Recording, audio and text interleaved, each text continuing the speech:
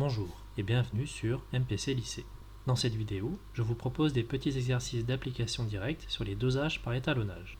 Pour chaque exercice, vous aurez quelques secondes pour faire pause et répondre à la question avant que je ne donne la correction. Pour ce premier exercice, on a préparé une échelle de teinte à partir d'une solution de concentration 10 g par litre, complété le tableau suivant, puis déterminé un encadrement de la concentration de la solution inconnue.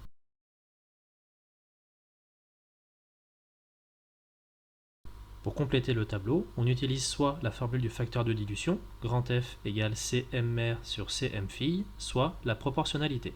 On obtient les résultats suivants.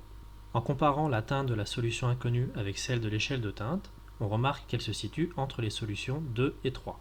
On en déduit l'encadrement suivant, 1,3 g par litre, inférieur ou égal à Cm inconnu, inférieur ou égal à 2,0 g par litre. Pour ce deuxième exercice, tracez le graphique de la masse volumique en fonction de la concentration, puis déterminez la concentration de la solution inconnue.